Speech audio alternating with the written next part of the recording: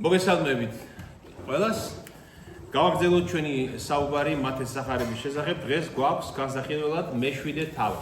ეს არის დასასრული ქრისტეს ქადაგებისა მთაზე მისი მოწაფეებისთვის. 9 ტარების სახელი ცნობილი ქადაგებისა ჩვენზე. მოიცავს როგორც ვთქვით მე-5, მე-6, მე-7 თავებს და დღეს გვაქვს დასასრული ამ საუბრის, რომელიც არის კიდევ ერთხელ გავიმეორებ. სავალდებულო ყველა ქრისტიანისთვის. აი ეს ქრისტეს ეს სწავლება კაპერნაუმში ნათქვამი ერთ-ერთ მთაზე არის სავალდებულო ყველა ქრისტიანისთვის. პირველ რიგში აი ამაში შეგვიძლია ვიპოვოთ ჩვენ ქრისტიანობა. წინა თავში ჩვენ ნახეთ ქრისტე გვეუბნება რომ თქვენი სიმართლე უნდა იყოს განსხვავებული იმისგან ვიდრე ფარისევლებს და მწიგნობრებს ესმით რჯული. და ეუბნება რომ იყოს დაფარული თქვენი ქველი საქმე, დაფარული იყოს თქვენი ლოცვა, დაფარული იყოს თქვენი მარხვა, რომ მამაზე ციური ხედავს დაფარულსაც და მოგაგებს შენს ცხადად. ასევე ქრისტემ წინა თავში ჩვენ ნახეთ როგორ ასწავლა მათ ლოცვა მამაო ჩვენო და შემდეგ ეუბნება ასწავლის როგორი უნდა იყოს მათი დამოკიდებულება მამონას მიმართ. მამონა ეს არამეული სიტყვა ნიშნავს სიმდიდრეს, ქონებას, რომელიც შენ გწამს.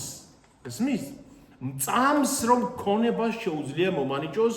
აი ამ სიტყვის მნიშვნელობა, მამონას მნიშვნელობა ნიშნავს ამას, რომ მწამს რომ ქონებას, სიმდიდრეს ამ ქვეყნიურ მიწიერ კეთილდღეობას შეუძლია გადამარჩინოს. მარადიულად ვიქნები ჩემს სიმდიდრესთან. ხო? როგორც ადამიანებს სწამთ ხოლმე, ეუბნება რომ ეს ვერ გიშველით, ეუბნება რომ თქვენს გონებას, თქვენი გონება არის თქვენი სულის თვალი, ხო? იმდა გაგახსენოთ წინა საუბარში. თქვენი გონება, თქვენი სულის თვალია და ნუ დაიმძიმებთ გონებას, ნუ დაატყვევებთ თქვენ გონებას მატერიალურით. რაც უფრო მეტი ფული გაქვს, მით უფრო მეტად დაბრმავებულია შენი გონება. და ასე სული ბრმა ხდება ამ დროს, ხო? იმიტომ რომ იმაზეა მიჯაჭული, როგორ მოუარო, სად შეინახო, სად გადაარჩინო, ხო? რაც უფრო ძვირფასი მანქანა ყავს, მით უფრო მეტად შენი სულის თვალი გონება მიჯაჭულია იმ მანქანაზე, რომ ეხლა რა ქნა, როგორ შეინახო, როგორ არ დაკარგოს ღირებულება, ხო? აი ამას ეუბნება ქრისტე რომ არა თქვენი სიმდიდრე, ფარულად აღსრულებული თქვენი საქმეები, ეს სიმდიდრე გროვდება სად? ზეცაში. რომელიმე ბანკში კი არა, ზეცაში გროვდება და ჩემმა მოწაფეებმა სულის თვალი ჯანსაღი შეინახეთ, გონება ჯანსაღი შეინახეთ, რომ არ მიაჯაჭვოთ მიწას და ზეცაში მოაგროვეთ თქვენი საგანძური. და მე-7 თავიდან, აი მე მოკლე თავარი რაღაცებს მივუთითი აქ, განკითხვა და სწავლება, ლოცვა რწმენით და შემდეგ 2 ბჭე, 2 ხე, 2 ნაყოფი, 2 საძირკველი, 2 სახლი. ქრისტე გვეუბნება რომ 2 არჩევანი გაქვთ ხოლოდ. ან ვიწროჭრე ბჭე, ვიწრო კარი, ან ფართო კარი. ან ხე რომელსაც გამოაქვს ნაყოფი, ან ხე რომელსაც არ გამოაქვს ნაყოფი და უნდა აირჩიოთ ნამდვილი, მართალი რომ ცხონდეთ და გადარჩეთ თქვენი სული. დავიწყოთ აი პირველიდან განკითხვა და პლუს სწავლება. ნახეთ, პირველიდან მე-6 მუხლის ჩათვლით ეხება რას? აი უყურეთ, ეს თქვენ შეგიძლიათ ეს წიგნში გაქვთ. პირველიდან მე-6 მუხლის ჩათვლით ეხება ჩვენს ზრუნვას სხვა ადამიანებზე. ჩვენ როცა ვინმეს განვიკითხავთ, ჩვენ ხო ამას ზრუნვის მოტივით ვაკეთებთ ხშირად, ხო? ან ჩვენ როცა ვინმე ჭყუას ვასწავლით, ჩვენ ხო ვამბობთ რომ იმიტომ ვასწავლი მე მას ჭყუას რომ მინდა რომ ეშველოს, გადარჩეს, ხო, მცხონდეს, ხო, ამიტომ ვამბობ. აი ქრისტე გვეუბნება როგორი უნდა იყოს ჩვენი განკითხვა და როგორი უნდა იყოს ჩვენი სწავლება, როგორ უნდა ვასწავლოთ სხვებს. ეს წავიკითხოთ თავიდან. ნუ განსჯით, რათა არ განისაჯოთ. ვინაიდან როგორი განსჯითაც განსჯით, იმნაირთვე განისჯებით და რომელი საწყავლითაც მიუწყავთ, იმითვე მოგეწყვით თქვენ. ან რატომ ხედავ ბეწვს შენი ძმის თვალში, ხოლო შენსაში დირესაც ვერ აგრძნობ? ანდა როგორ ეუბნები შენ ძმას მოიცა ამოგიღო ბეწვი თვალიდან და თვითონ შენ კი დირე გაქვს თვალში თვალთ მაგცო ჯერ შენი თვალიდან ამოიღე დირე და მერეღა ნახავ როგორ ამოიღო შენი ძმის თვალიდან ბეწვი ან ხიჭვი ორივე ან არის ზოგ თარგმანში ბეწვია ზოგ თარგმანში ხიჭვია ნომისცემ სიწმინდეს ძაღლებს ნურს თქვენს მარგალიტს დაუყრით ღორებს რათა არ გათელონ იგი თავიანთის ფეხით და არ მოგიბრუნდნენ და დაგფლითონ თქვენ ეს არის ის პირველი 6 მუხლი რაზეც ჩვენ გვინდა ახლა ვისაუბროთ ნუ განჟით რათა არ განისაჯოთ აი ეს მონაკვეთი არის საუკეთესო მაგალითი იმისა კონტექსტიდან ამოგლეჯილი ფრაზა როგორ შეიძლება იქცეს ბოროტებად გესმით თუ ჩვენ თელ კონტექსტს ამისას არ გავითვალით არ წავიკითხავთ ამოგლეჯილი ფრაზა შეიძლება იქცეს დიდ ბოროტებად განსაკუთრებით ისეთ ქვეყნებში როგორში ჩვენ ცხოვრობთ ან საბჭოთა მენტალიტეტით დაზიანებულ ქვეყნებში ტოტალიტარული აზროვნების ქვეყნებში რას გვეუბნებოდნენ თუნდაც ეკლესიაში შენი საქმე არ არის არ განიკითხო ან ვიღაცა ბოროტებას ჩადის შენი საქმე არ არის არ განიკითხო ხომ გვეუბნებიან ასე მართალია ეს სწორია სახარება ამას გვეუბნება არ განსაჯოს გვეუბნება სახარება მე გეუბნებით რომ გეტყვით რომ არ გვეუბნება პირიქით გვეუბნება რომ უნდა განსაჯო შერისხო მიუთითო გაუჯავრდე ოღონდ შენი თვალი თვითონ არ უნდა იყოს დაბრმავებული უფრო დიდი ცოდვით რომელსაც შენ მიუთითებ ხომ ასეა აი ნახეთ თუ ჩვენ მხოლოდ პირველ მუხლს წავიკითხავთ ნუ განჟით რათა არ განისაჯოთ ხლა ვიღაც გვეტყვის შენ რატო მიუთითებ იმას რატო უჯავრდები ან რატო განსჯი იმის საქციელს არ განსაჯო და ღმერთი შენც არ გაგსჯის და დამთავრდა და ვართ ესე წყალში პირში წყალჩაგუბებულები ირყნება ქვეყანა იფუჭდება ყველაფერი და ჩვენ გვეუბნებიან არ განიკითხო ტყუილია ქრისტე ამას არ ამბობს გავაგრძელოთ შემდეგი მეორე მესამე მუხლები და უკვე ხვდები თურმე ქრისტე რას ამბობს ნახეთ ვინაიდან მეორე მუხლი ასე ეწოდება ვინაიდან როგორი განჯითაც განსჯი შენ იმგვარად განგჯი შენ ღმერთი ანუ შენი განსჯა სამართლიანი უნდა იყოს და პირველ რიგში სამართლიანობა იმაში მდგომარეობს რომ რასაც შენ ძმას მიუთითებ შენ იგივე ცოდვა არ უნდა გამძიმებდეს გესმით თუ შენ ეუბნები ხიჭვი ამოგიღო და შენ ხის კუნძი მორი გიგდია თვალში ანუ ეს ალეგორიულად გადმოცემულია როგორ შეგიძლია უფლება გაქვს შენ მას მიუთითო თუ შენ იმაზე დიდ ცოდვაში ხარ იგივე აი ამას გვეუბნება ქრისტე რადგან სახარება სავსეა და მთელი წმინდა წერილიც განსჯით აი ყრენ ადამიანები ვინც განსჯიდნენ მიუთითებდნენ შერისხარი მაგალითად ლევიანთა ძველი აღთქმიდან რომ დავიწყოთ ლევიანთა წიგნის მოსეს რჯულში თორაში წერია ნახეთ არათუ განსჯა არამედ ნახეთ ტრობანუ გექნება შენი მოყვასისადმი ამბობს მოსეს რჯული ამხილე შენი ახლობელი და ცოდვა არ იქნება შენზე არათუ გაჩუნდიო არამედ ამხილე და ცოდვა არ იქნება შენზე ანუ თუ ხედავ რომ ცოდვიანი საქმე ხდება ხმა მოიღე ამხილე და ღმერთი შენ არ დავიჯის აი იმის გამო რომ არ თქვი ხო აი იურისპრუდენციაში სხვა არის ეს რომ დანაშაულის დაფარვა ცოდვა ხომ ასეა აი საერთო ჯურში ზუსტად იგივეა დანაშაულის დაფარვა არ შეიძლება ამხილე ოღონდ შენ უნდა იყო სამართლიანი ასევე ნახეთ ახალ აღთქმაში ეს მინდა გაჩვენოთ ეს ადგილი ტიმოთეს რას ეუბნება პავლე მოციქული როგორ პავლე მოციქულმა არ იცოდა რომ განკითხვა არ შეიძლება ან განსჯა არ შეიძლება ხო რა თქმა უნდა ეცოდინებოდა ნახეთ ტიმოთეს რას ეუბნება ეს არის ტიმოთეს მეორე ეპისტოლის მეოთხე თავი იქადაგე სიტყვა ტიმოთე იყო პავლეს მოწაფე ახალგაზრდა მოწაფე და ის და ეპისკოპოსად მასწავლებლად დატოვა პავლე სამრევლობაში სადაც თვითონ იქადაგა ეუბნება იქადაგე სიტყვა თავს დაადექი დროულად და უდროოდ ანუ სამრევლოებს დროულად და უდროოდ თავს დაადექი რომ ნახო რა საკეთებენ ისინი ამხილე შერისხე შეაგონე მთელი დიდსულოვნებით და მოძღვრებით ამხილე შერისხე და შეაგონი. ანუ განსაჯიო, განიკითხე უნება პავლე თავის მას. ასევე მოწაფეს. ასევე მოციქულთა საქმეში. ნახეთ ეს მინდა გაჩვენოთ კიდევ. სტეფანე პირველ მოწამე როცა ჩაქოლეს მღვდელმთავრებმა იერუსალიმის ტაძარში ქრისტეს ამაღლების შემდეგ ერთ წელიწადში. ნახეთ რა შეუნება მათ მღვდელმთავრებთან დგას წინაშე სტეფანე დიაკონი, ქრისტიანი, ქრისტეს მორწმუნე და მღვდელმთავრების კრება მის წინაშე და რა შეუნება ფიცხელნო, ანუ დაუმორჩილებლებო. ღვთის მიმართ მოჯანყებო, ქეთფიცხელნო ეუბნება გულითა და ყურით წინა დაუცვეთელო, ანუ გულით და ყურით წინა დაუცვეთელო ნიშნავს რომ არ ემორჩილებით ღმერთს. აი ცუდს რაც გულზე გაქვთ და ყურზე გაქვთ, არ იკვეთ თქვენ და არ გინდათ დაემორჩილოთ ღმერთს. გამუდმებით რომ ეურჩებით სულ წმინდას, როგორც თქვენი მამები, ასევე თქვენს.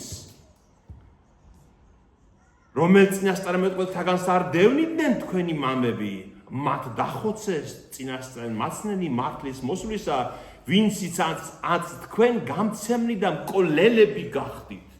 მეტი განკითხვა რა არის? ეუბნება დაუმორჩილებლები ხართ, მკვლელები ხართ და ქრისტეს მოძულეები ხართ.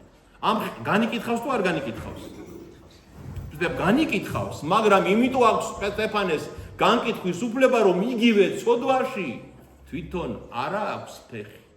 გესმით? ამიტომ ეს არის პირდაპირ მაგალითი იმისა, ასევე ნახეთ იმაში იაკობ მოციქული ამბობს, რომ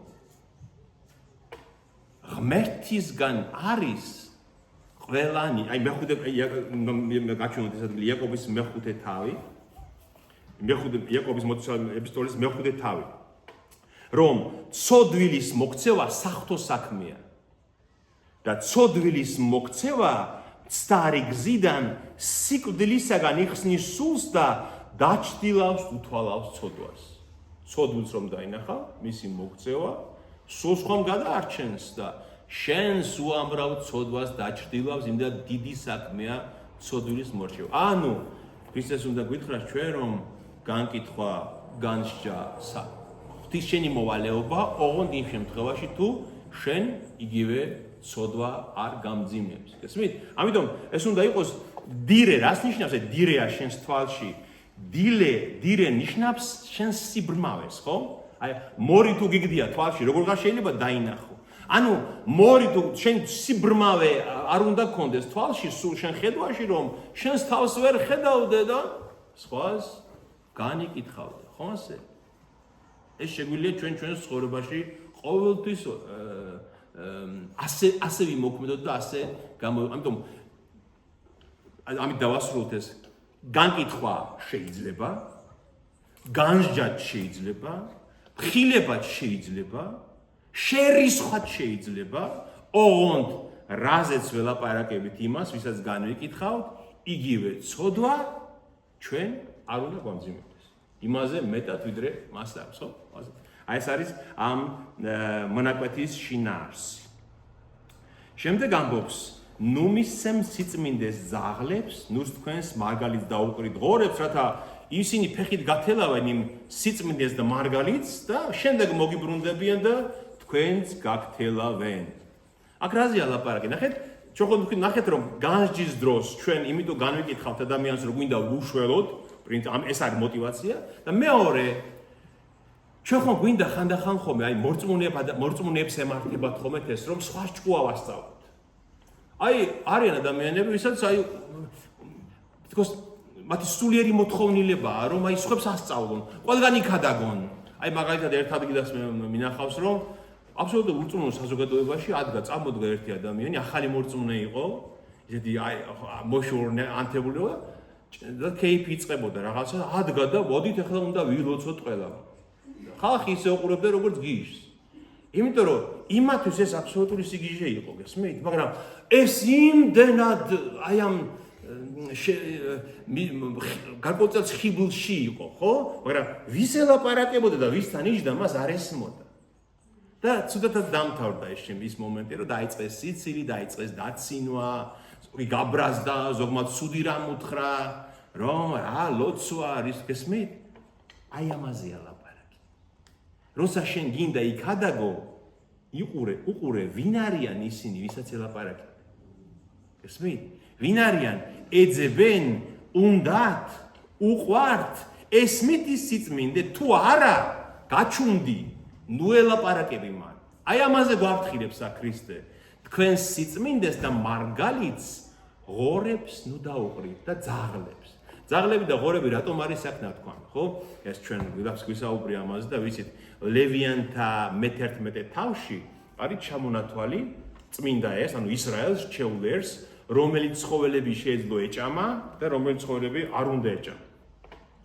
და რატო აძლევს ღმერთი ამ ცნებებს მათ, ხო? აი მაგალითად ეუბნება რომ არ ჭამოთ ღამის ფრინველები, ან ბუ, ჭოტი, არ ჭამოთ ძერა, არწივი, არ ჭამოთ კურდღელი. ჭამეთ ისინი, რომელსაც ჩლიქი გაპოპილი აქვს და იცოხნის. ანუ ესენი არიან აი ესეთი სუფთა ცხოველები, ხო? ესაც ჩვენც მივირთმევთ ხშირად, ვთქვათ, საქონელი, თხა, ცხვარი. მაგრამ ამ ყველაფერს არ ჭამოთ ისინი, ვისაც შხამია გველი მაგალითად, ხო? ვინც მიწაზე დახოხავს, ან რაიმე ქვეწარმავლები არ ჭამოთ ეუნება. რატომ ეუნება? აი მაგალითად ბაყი რო შეჭამოს ადამიანმა რა მოუვა? რა თქმა უნდა, არაფერი არ მოუვა. არც გველი რო შეჭამოს, არც არაფერი არ მოუვა. დაუშვა და შიმშილობის გამო არწივის ხორცი რო შეჭამოს, არც მაშინ, მაგრამ რატომ ეუნება ღმერთი მაშინ? რატომ აძლევს ამ ცნებას? შენ ხო ეს ვიცით, აი საერო ცხოვრებიდან ცნობილი, რასაც ჭამის ხარ შენ, ხო? რასაც ჭამ, იმას ემსგავსები, ხო? ეს მართლაც ასეა. ამიტომ ღმერთი ეუბნება, რომ ის ცხოველები, რომელსაც ცუდი თვისებები აქვთ, რაღაც მიზეზების გამო, არ მიეკარო მათ, რომ შენ არ გახდე მის მსგავსი. აი მაგალითად, კურდღელი მშიშარაა ძალიან. და შენ ისრაელი არ უნდა იყო მშიშარა. შიში არ უნდა იყო და ღმერთია შენთან, გესმით? მაგალითად ღამე, ვინც ნადირობს, ღამე ხო სიბნელის ნიშანია. ღამე ხდება ბევრი კრიმინალი, ბევრი დანაშაული, ხო? ამიტომ ღამე, რომელიც ფრინველის ნადირობს, შენ იმასთან საერთო არ გქონდეს, რადგან შენ ნათელში უნდა იარო, შენ დღე უნდა აკეთო შენი საქმეები, რომ კეთილი უნდა იყოს შენი საქმეები, ხო? ღორი, მაგალითად ღორი და ძაღლი, აქ არის ნახსენები ღორი და ძაღლი. რატომ? იმიტომ რომ ძაღლი რას აკეთებს ყველაზე ცუდს? ნარწყევს. რას ჭამს? ნარწყევს. ნარწყევს და ასევე ძაღლი ჭამს განავალს. კოპროფაგია ქვია ამას. ეს ცნობილია. ძაღლი ხანდახან, აბას თავის მიზეზები აქვს, რატომ? მაგალითად, აი სხვა ძაღლის განავალი რო დაინახოს, იმას შეჭამს, იმიტომ რომ თავისი ტერიტორია რო დაიცვას, რომ გაანადგუროს. ხანდახან ავადმყოფობის გამო ჭამს, ხანდახან სხვა მიზეზები აქვს, ხანდახან რაღაც დარღვევა, მაგრამ ძაღლი ამას აკეთებს. ნარწყევსაც ჭამს და განავალსაც ჭამს. ამიტომ ძაღლი უწმინდურ ცხოველად ითვლებოდა იმ დროს, თუმცა დღეს ძაღლები ძალიან საყვარელი ცხოველები არიან, მაგრამ ძაღლებს ეს თვისება აქვთ. და ღმერთი ეუბნება მათ, რომ თქვენ ის რაც მოიშორეთ, ანუ ის ნარწყევი, ბოდიში ცუდად წეცე სიტყვა, აღარ უნდა მიიღოთ. აი, ცოდვა მოიკვეთე და შენგან ამოვიდე და მოგიშორე, იმას აღარ მიუბრუნდე, რაც ერთხელ მოიშორე. ღორის თვისება რა არის, ცუდი თვისება? ჩაწოლა. ყველაფერს ჭამს ღორი და რამდენჯერაც გინდა დაბანე დღეში, მაინც თავჭოჭში წვება. ბანო? ხო, სახში ყავთ, მაგრამ მას უნდა ეს ჭოჭში უნდა ჩაწვეს, ნაკელში უნდა ჩაწვეს. იქ გესმით? და აი ამ თვისებების გამო ეს ორივე უწმინდური ცხოველი იყო და მიჩნეულია იმ ცხოველ, იმ სიმბოლურად იმ ხალხს ახასიათებს, რომლებიც ცოდვას მოშორდნენ ისე მიბრუნდნენ, მოშორდნენ ისე მიუბრუნდნენ, მოიშორეს ისე შეჭამეს, გესმით? ესეთი ხალხი არ არის სანდო ეუბნება ქრისტე და ხოლო ის ვინც მთელი სულით, გულით და გონებით ეძებს ღმერთს და უნდა ამის მოსმენა, ხოლოდ იმას უკადაგე. გესმით? ეს ჩვენ შორის ბევრსაა გამოცდილი. ხანდა მე გამომისწია, პირადად გამომისწია, მაგალითად, აი მეც როცა ახალგაზრდა ვიყავი და ძალიან ასეთ მოშორნეობით ვიყავი ანთებული და მინდოდა ყველასთვის მეკადაგა. და შემთხვევა ერთი ორჯერ ესე ძალიან ცუდი შემთხვევა. აბა როგორ არის ვარ ხა მივედი ჩემ მეგობართან მახსოვს ვიყავი დაახლოებით 20-21 წლის ალბათ ასე ამას აქვს და ჩემ მეგობართან მივედი და ჩემ მეგობარს ისე რა სხვათა შორის აინტერესებდა ეს ჩვენი სარწმუნოება და იქ დამხვდა 1-2 მისი სხვა მეგობარი რა მე მათ არ ვიცნობდი ხო და აბა ეს მოუყევი ამა თუ აბა ესო ის შენ რომ მეუნებოდი ჩემ მეგობარი მეუნება რა კლასელი ვითომ იმათაც აინტერესებდა და რო დავიწყე ამის მოყოლა მათ ამის აი სახარებიდან რაღაც თემა იყო შევატყე რომ დამიწყეს დაცინვა დაიწყეს დაცინვა ვითომ კითხვებს მისვამდნენ ისეთ პროვოკაციულს რომ უნდა მეტი გაევოთ მაგრამ ბოლოს ღვთისგმობაზე გადავიდნენ გესმით აი არ მავიწყდება ეს შემთხვევა ბოლოს ღვთისგმობაში გადავიდნენ და ისეთი რაღაცეები თქვეს რომ მე ავდექი და წამოვედი იქიდან გესმით ჩაწუნენ იქ სადაც არ უნდა ჩაწოლი ღორებით მოიქცნენ რა მე ის მარგალიტი ვაჩვენე მათ და ისინი ჩაწუნენ იქ სადაც არ უნდა ჩაწოლილიყო გესმით ამიტომ გვაფრთხილებს ქრისტე რომ არ არის საჭირო ყველგან ყველაფრის ლაპარაკი მხოლოდ იქ სადაც უნდათ და სადაც გისმენენ ხო გასაგები აი ამიტომაც ნახეთ ტაძარში მოსვლაზე რომ საუბრობთ ხოლმე ჩვენ რომ მოდით ტაძარში მოდით დაესწარეთ კაც თუ იმის გაწირვა არ უნდა რომ ადგეს და 9 საათი დრო დაკარგოს რომ ტაძარში მოვიდეს ესე იგი მას ამის მოსმენა არ უნდა გესმით ხო თუ არ ჯერა მაშინ ის მარგალიტები მათ ჩვენ არ უნდა დაუხაროთ გესმით აი მიდრაშედან არის ეს ცნობილი შემთხვევა რომ მარგალიტი რა არის მარგალიტი არის ის ძვირფასი მცნება რომელიც ღმერთისგან ჩვენ გვესმის და მიდრაში არის ეს შემთხვევა რომ დღესო ერთი მოძღვარი ეკითხება მეორეს რომ ერთი მოწაფე ეკითხება მეორეს რომ დღესაო შესაკრებელშიო რაზე ილაპარაკაო მოძღვარმაო და ისე უნება თემა ასეთი იყო რომ ლოცვაზე მისვლაო რომ მნიშვნელოვანიაო და მე რა თქვაო რა არაფერი ისეთიო განსაკუთრებული ეს არ მეორე არ დაესწრო იმას როგორ და მე რა თქვა იმანო და ისაო კაცებიო იმიტომ მიდიანო ღვთისმსახურებაზეო რომ ისწავლონო და დედები ქალები იმიტომ მიდიანო ასე თქვაო რომ მოისმინონო მათაცო და შემდეგო თავის მეუღლებთან ერთად სახლშიო ისაუბრონ ამაზეო კიდე რაც მოისმინოს და ბავშვები რაღაცო მიდიანო და ბავშვები იმიტომ მიდიანო რომ იმათ მოუგროონ საგანძური ვინც ისინი წაიყვანაო ლოცვაზე გესმით?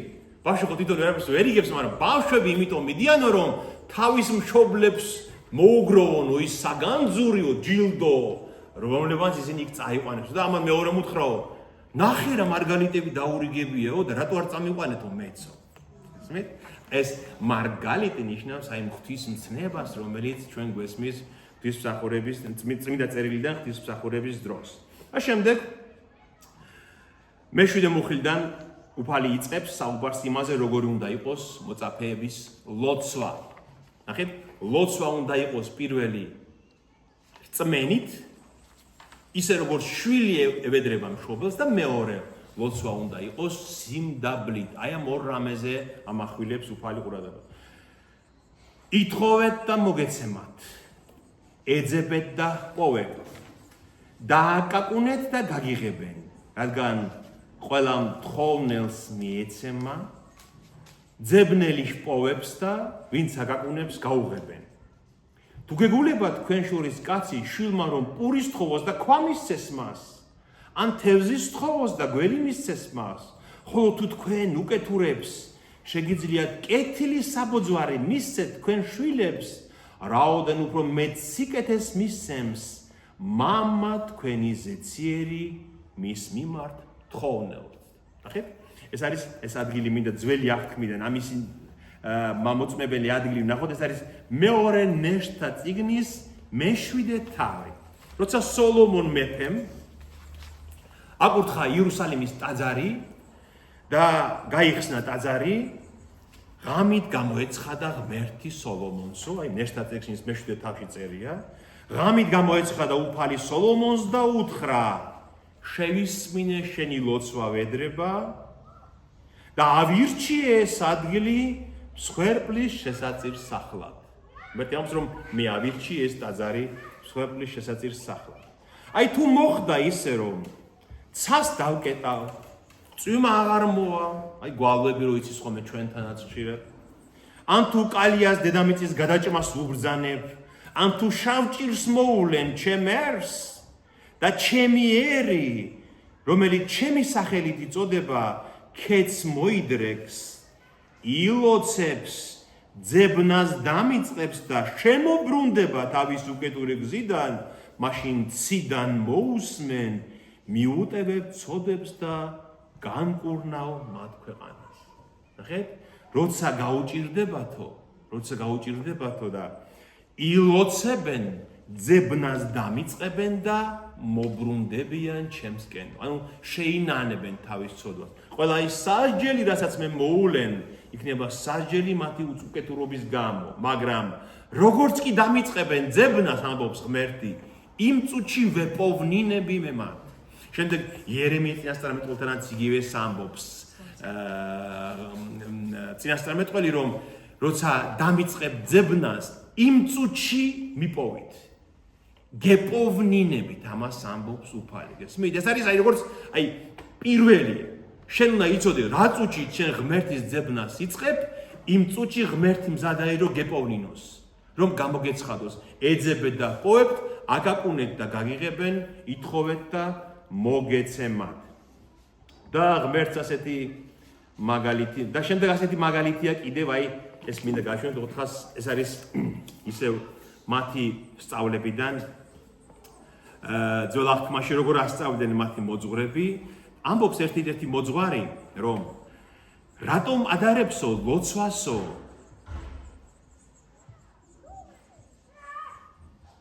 ფიცალსო ლოცვა ანუ მორწმუნე ადამიანის ლოცვა ფიცალს არის შედარებული როგორია რატომ ფიცალით რას აკეთებს ადამიანი აბრუნებს თივას ხო ფიცლით მაგრამ იღებს და აბრუნებს რომ გაშრეს ხო ის მომკილი ძნა ასევეო მორწმუნე ადამიანის ლოცვა ღვთის განზრახვას ატრიალებს რომ გქონდეს ღმერთს განზრახული სადაჟჯა ვინმესიო მართლის ლოცვა ფიცალი იმიტომ ქვია მართლის ლოცვას რომ გადაატრიალებს ღვთის რისხვას და შეიცვლება მოწყალებად ღვთის რისხვა. ეს საინტერესო შედარება. ასე მინახეთ ფსალმუნის 106 ფსალმუნის 22 მუხლი ამბობს.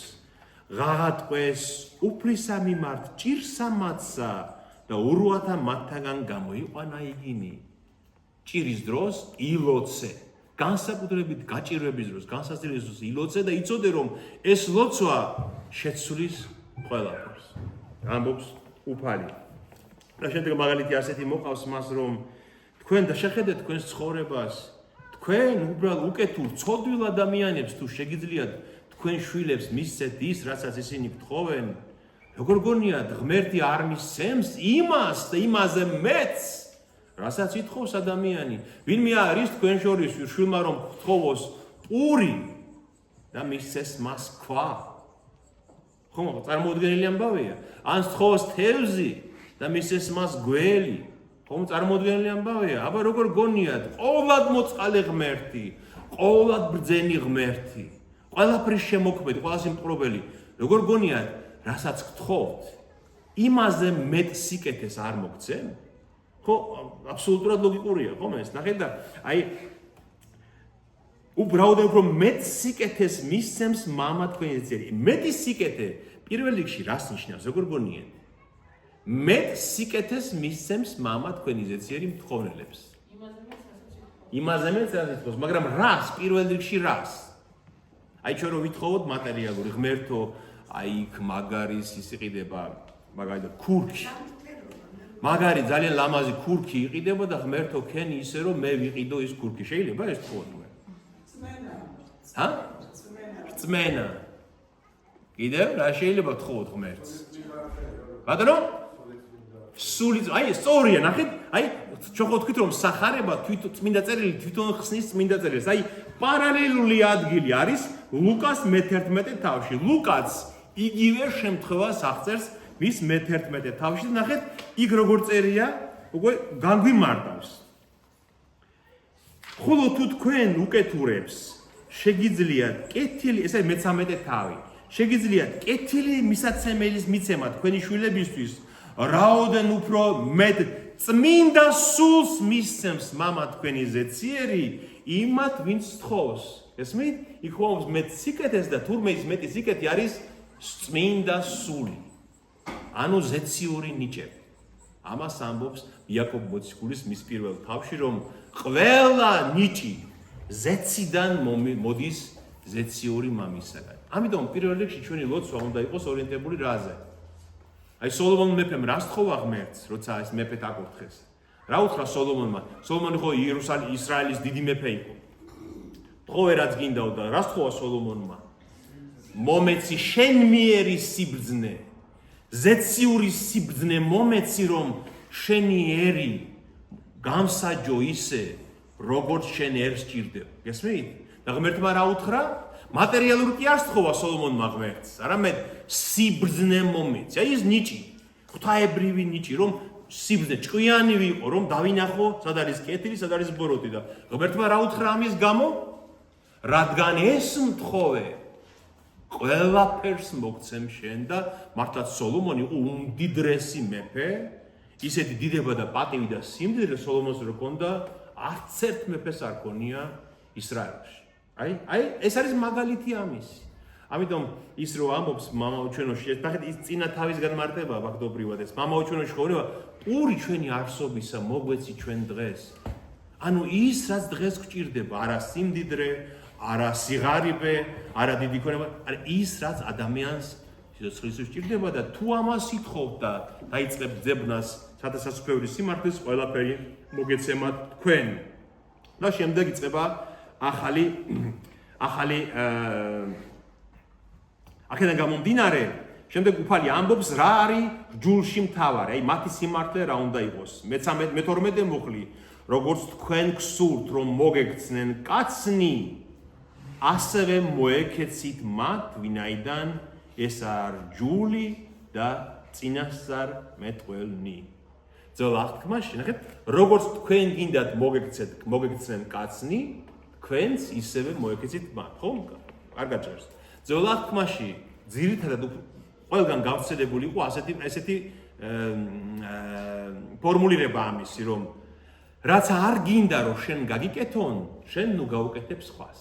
აი ტობითის წიგნშია მაგალითად ეს მოსაზრჯულშია, შენ რაც არ გინდა გაგიკეთონ, შენ ნუ გაუკეთებ სხვას, ხო?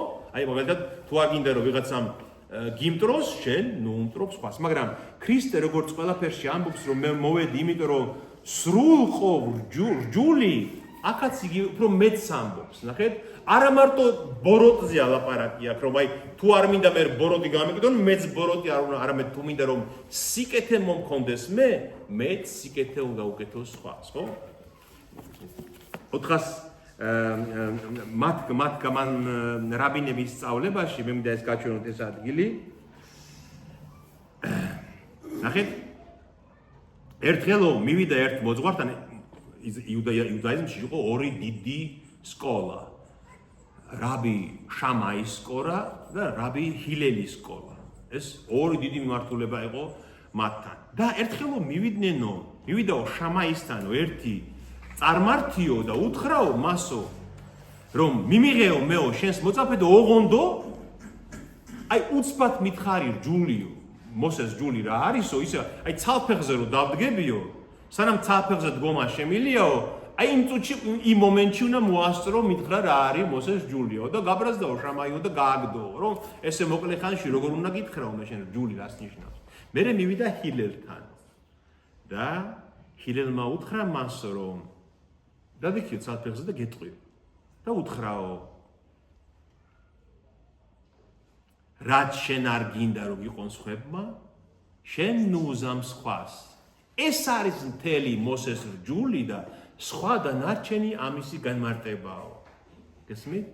აი ესე ესმოდათ მათ და ქრისტეც ამას იმეორებს, ოღონდ უფრო მაღალ ხარისხში. ხო იცი ყავს რომ მე სრულყოფისთვის მოვედი და ამბობს რომ არა მარტო ცუდის გაკეთებაზეა აქ ლაპარაკი, არამედ ყველა სიკეთე რაც გინდა რომ შენ გიყონ ადამიანებმა, შენ უბრალოდ უნდა გაუკეთო მათ. ეს მოყავს ხოლმე მაგალითი ერთი ჩემი ნაცნობი იყო რომელიც რესტორანში მუშაობდა და სამზარეულოში რესტორნის სამზარეულოში და ის ამბობდა რომ მე ქრისტიანია.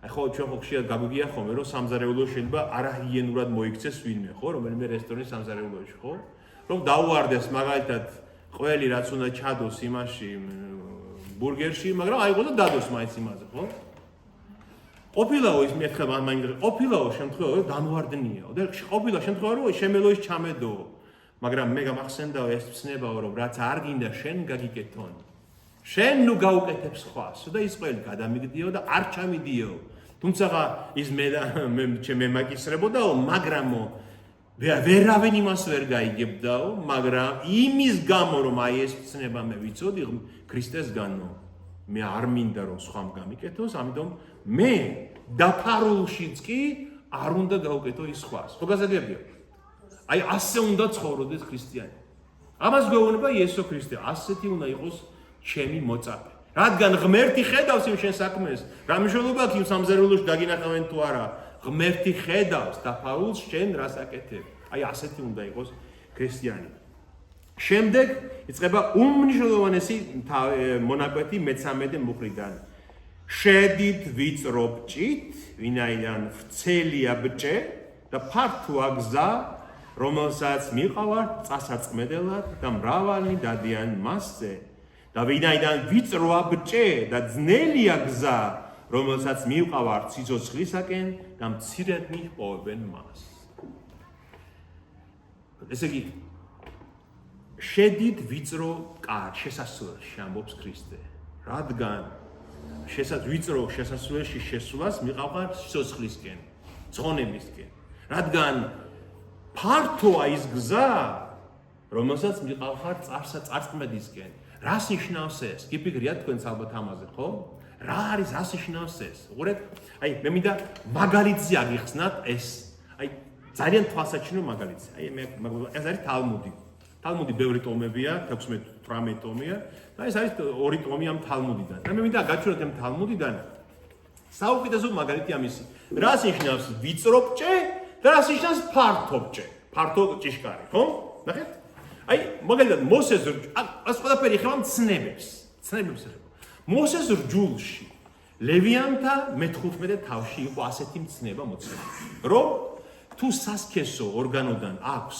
გამონადენი ადამიანს ის უნდა მოერიდოს ის ითვლება გაუწმინდურებულად და უნდა მოერიდოს სიწმინდესთან შეხებას ხო უნდა განიბანოს რიტუალურად განბანა ეს ხალხსაც და კაცსაც თუ აქვს ეს ნუ ეს ცნება რატომ არის ცნება იმიტომ რომ სასქესო ორგანოს უკავშირდებოდა ეს და რატომ იმიტომ რომ მოსეს ჯულში მათ უნდა ხსომებოდათ რომ ჩვენ როდესღაც შევცოდეთ და ცოდვილი ცოდვილ შობს გესმით ამიტომ იყო დაკავშირებული ეს თორე ხელიდან თუ ქონო გამონადენი არ ითვლებოდა ის ასე ვთქვათ გაუწმენდურებოდა მაგრამ სასქესო ორგანოსთან იმით იყო დაკავშირებული სასქესო ორგანოთი მრავლდება ადამიანი ხო და ებრაელს უნდა ხსომებოდა რომ ცოდვილი ცოდვილ შობს და ცოდვილი ისევ ცოდვილ სანამ არ მოვა ქრისტე რომელიც გამოიხსნის ადამიანს ხო ეს ხომ ერთი მცნება აი ეს რომ ამ დროს ადამიანი ითვლება გაუწმინდურებულად და უნდა რიტუალურად განიბანოს ხო ეხლა უყურეთ ფარისევლებმა და წიგნობრებმა საუკუნეების განმავლობაში აი ამ ცნებას აი ამ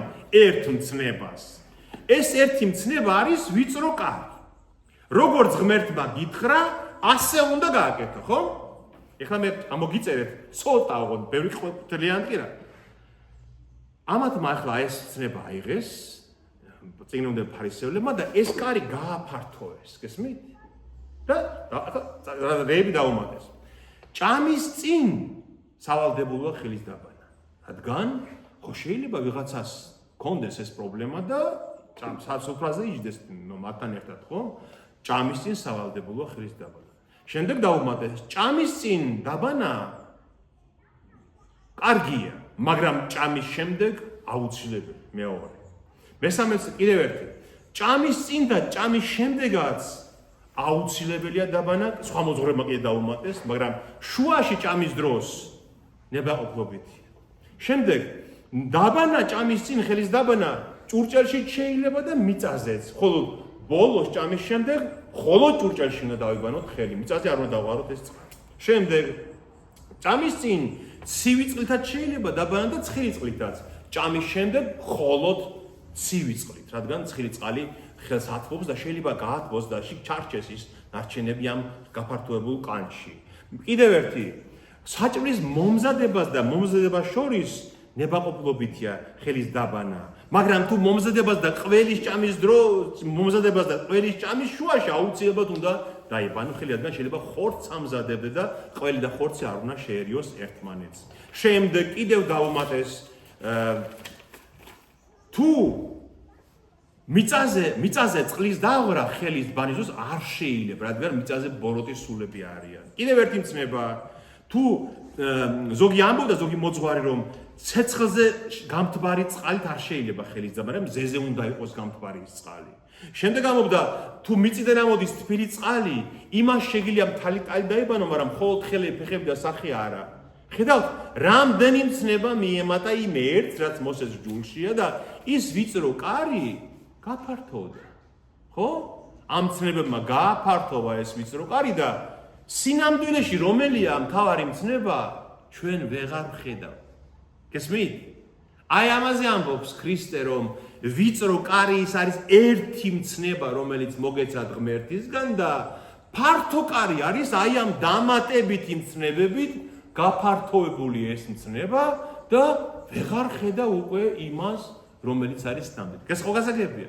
მეორე მაგალითია, ესე ძალიან თვალსაჩინო მაგალითია. მოსეს რჯულში იყო შაბათის უხმობის მცნება, ხომ იყო? ხო გახსოვთ ეს, რომ მოსემ როცა გამოიყვანა ეგვიპტის მონობიდან ერი, მიეცა მათ მოსეს მიერ 613 მცნება და იქ იყო 10 მცნება, რომელიც ჩვენ ყველაზე კარგად გვაგვიცით და იქ იყო ერთ-ერთი მცნება, რომ უქმე ყავ დღე იგი შაბათი, ხო? არის უქმე. მაგრამ რატომ ისცა ღმერთმა ეს მცნება მათ? იმიტომ რომ შაბათი უნდა იყოს თავისუფლების დღე. როგორც მე გაგათავისუფლეთ თქვენ ეგვიპტის მონობიდან, თქვენც გაათავისუფლეთ თქვენი თავიც, ყველაც ამ მიჯაჭვულობისგან მატერიალურზე. ხო გასაგებია ეს ცნება. არც ხო გესმის ამ ცნების. ანუ ცნება არის თავისუფლებას ეძღვნება ეს ცნება, გესმით? რომ 6 დღე კი შრომობ, მიჯაჭვული ხარ ამ ქვეყნიურ საქმეზე, მაგრამ მე-7 დღეს ამბობს ღმერთი, გაიხსენე რომ მე გაგათავისუფლე და შენც გაათავისუფლე ყველა და ყველაფერი შრომისაგან. ხო გასაგებია? ახლა უყურეთ, აი ეს არის შულინ ეგეთი ტრაქტატია ებაში, თალმუდში. აი ეს არის ის დამატებითი მცნებები, რაც შაბათს დაუმატეს მათ. მე ხო ის ერთი მცნებაა, ხო რომ წმინდა ხავთ, აი ეს მთელია, ხა ყოველთვის აგიკითხავთ ყველაფერს. არის ის, რაც მათ დაუმატეს იმ მცნებას. ეს კიდე ვიწრილადაა ძალიან ნაბეჭდი და ძალიან ბევრია. ძალიან ბევრი. გესმით? და ამას ეუბნება ქრისტე, რომ აი გახსოვთ მისი მოწაფეები და ქრისტე ერთხელ რომ მოდიან ყანის პირას შაბათ დღეს და მისმა მოწაფეებმაო დაიწყეს თავთავების მოკრეფაო და ფშნეტდნენ ამ თავთავებსო და ხმელ ხორბალს ჭამდნენ, იმიტომ რომ შიოდათ. და ეუბნებიან მათ ფარისევლები, რომ რატომ აკეთებენ შენი მოწაფეები იმასაც ნებადართულია არ არის შაბათს? რა არ იყო ნებადართული შაბათს? ჭამა ნებადართული იყო. აბა რა არ იყო ნებადართული? რო გადახვიდოდი შენ ყანაში იქ არ ღვევდი მათი აი ამ მთელი წყებით ცნებები შენ არ ღვევდი რას? რო გადახვედი მყანაში შენ ხო შეიძლება დააბიჯე მარცვალს რომელიც დაბლა გდია აგეკრა ფეხზე და სხვა ადგილას ჩააგდე მიწაში. ანუ დათესე უკვე დათესე. გესმით? ხო შეიძლება მოხდეს ისე აი შენ რომ ის თავთავი რომ მოფშვნით, ესე იგი მომკა ჩაატარე უკვე. როცა დაფშვენი ის ესე იგი დაცეხვე უკვე. როცა გაარჩიე, ესე იგი კანი გააცალე უკვე. როცა შეჭამე, უკვე ფაქტობრივად გადაამუშავე, ხო? ეს ყველაფერი უკვე მიჩნეულია შაბათ საქმიანობა. მაგრამ ჩვენ ხო ხვდებით, რომ ის ცნება ამას ხო არ ეხება ამ ყველაფერს. ის იყო ცნება მოცემული მათ ხსომებოდათ გათავისუფლება მიჯაჭულობისგან, აი ამ ქვეყნიურზე, ხო? ამიტომ ეუბნება ქრისტე, შედით ვიწრობჭით. ანუ ვიწრობჭე რა არის? ის ერთი მთავარი მცნება და ის გაცხოვნებთ, მაგრამ აი ეს გაფართოებული კარიბჭე, რომლებიც ამ მცნებებმა გააფართოვა, აი აქ თუ შეხვალთ, ვერ ცხონდებით. არსაწყმედელად მიდიხართ აი ამ კარიბჭისაგან. მოგასაგებია? აი ეს არის ქრისტეს და ქრისტეს მტრობა, ფარისევლების მტრობა ქრისტეს მიმართ, უცოტა ამიტომ იყო, რომ ის ქრისტე აუქმებდა მათ აი ამ ტვირთს, რომელიც მათ შექმნეს ამ კანონებით და დაადეს საკუთარ ხალხს. აი ამაზეა აქ ლაპარაკი. და შემდეგ მე-15 მუხლიდან უფალი ეუბნება აფრთხილებს მათ ეკრძალეთ სრულ წინასწარმეტყველებს, რომლებიც მოვლენ თქვენთან ცხოვრების სამოსით, ხოლო შიგნით არიან მტაცებელი მგლები. თავიანთი ნაყოფით იცნობთ მათ. განაეკალზე კრეფენ ყურძენს ან ნარზე ლეხს, ასე ყველა კარგი ვარგის ხეს ვარგისი ნაყოფი გამოაქვს და ყველა უვარგის ხეს უვარგისი ნაყოფი გამოაქვს.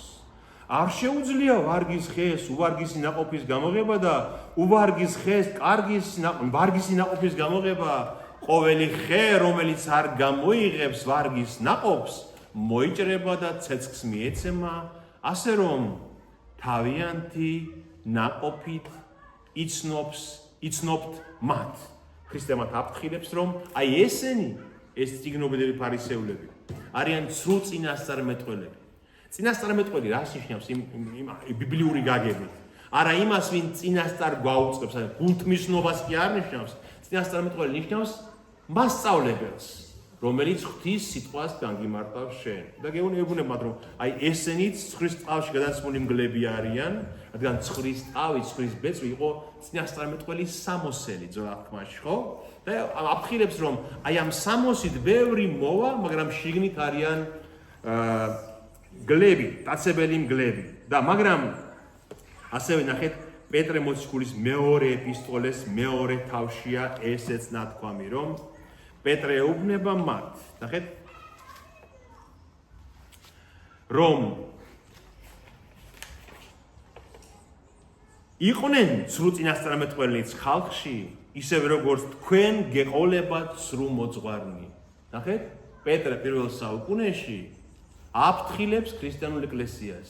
იცოდეთ, რომ თქვენც გეყოლებათ სრულ მოძღვარნი, რომელიც შემოიღებენ წარსაწმედელ მწვალებლობას, ანუ ერეტიკულ სწავლებებს, უარყოფენ მათ გამომწყიდველ უფალს, უარყოფენ თვით უფალსაც, იესო ქრისტესაც, და თვითონვე დაიტეხენ მსწრაფ წარწმედას თავზე და მრავალი გაყვებიან მათ ხრწნილებას.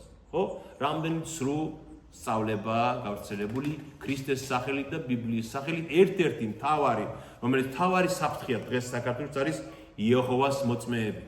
გესმით? მე ამ არ მომერიდება სულ უტყვი ამას. იეჰოვას მოწმეების სწავლება არის სუფთა ერესი, სუფთა მწვალებლობა, რადგან ისინი ნახეთ უარყოფენ უფალს. იესო ქრისტეს უარყოფენ. რატომ? რადგან იეჰოვას მოწმეები ასამობენ, იცით, რომ ქრისტე არის ღმერთის ქმნილება. ქრისტე ძეღმერთი, მარადიული ღმერთი კი არ არის ყოველთვის მყოფი, არამედ ღმერთმა მამა ღმერთმა ჯერ ქრისტეს შექმნა და შემდეგ დანარჩენი სამყარო. და თუ ქმნილება უფალი, როგორ უნდა გამოესყიდეთ ჩვენ მას, ხო? ისინი უარყოფენ მის მარადიულობას, მარადიულ ძეობას, ხო? მე და მამა ერთი ვართ, რო ამბობს ქრისტე, მე ჩვენ თავში ასე რომ მე და მამა არსით ერთი ვართ. როგორც ის არის დაუსაბამო ერთი, მე და მამა, მეც ასევე არსით ვართ ერთი და იეჰოვას მოწმეები უბრალოდ ამას უარყოფენ და ანგრევენ მთელ საფუძველს ბიბლიისას, იმიტომ რომ ბიბლიაში ძველ აღთქმიდან ნაწინასწარმეტყველებია რა, რომ იაჰვე გამოგზავნის იაჰვეს ჩვენთან. ზაქარია წინასწარმეტყველი მაგალითად აბსოლუტურად ფასეჩნო დამს, რომ იაჰვე მგზავნის, იაჰვე ამბობს, რომ იაჰვე მიმავლენს ხალხებთან. ანუ ის მარადიული ღმერთი მოდის ხალხთან. გესმით? და ამას უარყოფენ ისინი. ისინი უარყოფენ ქრისტეს აღდგომასაც, იეჰოვას მოწმეები. ისინი ამბობენ, რომ ეს მოჩვენებითად მოხდა, ვიღაცა სხვა იყო. გესმით?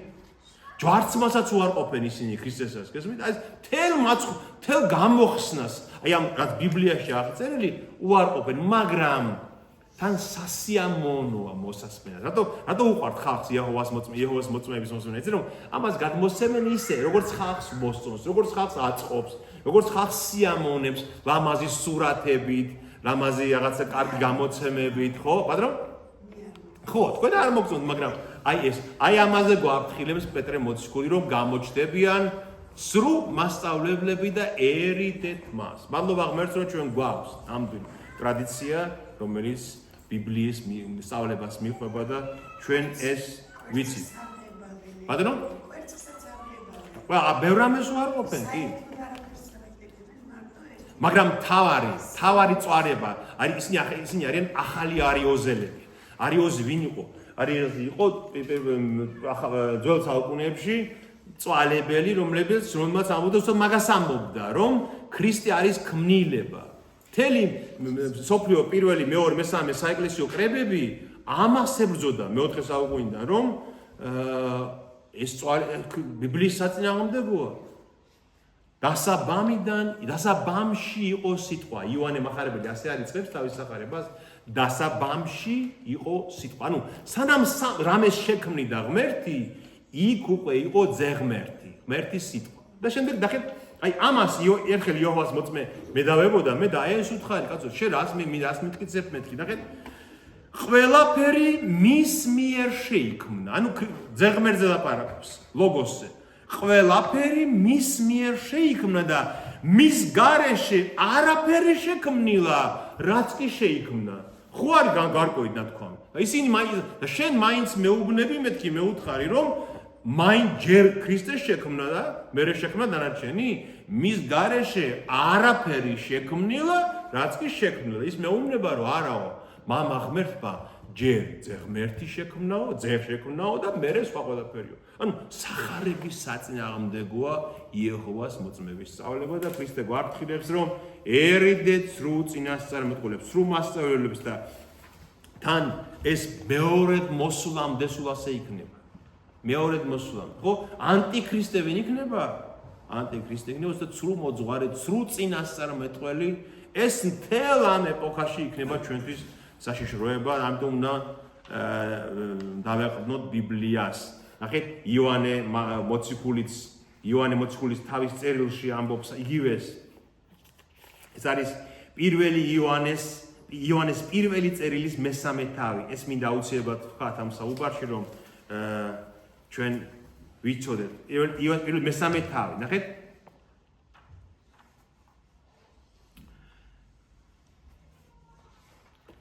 უბრალოდ მეორე თავი. ვინაც სრულ თუ არა ის, ვინც უარყოფს, რომ იესო არის ქრისტე. ესაა ანტიქრისტე, მამის და ძის უარმყოფელი.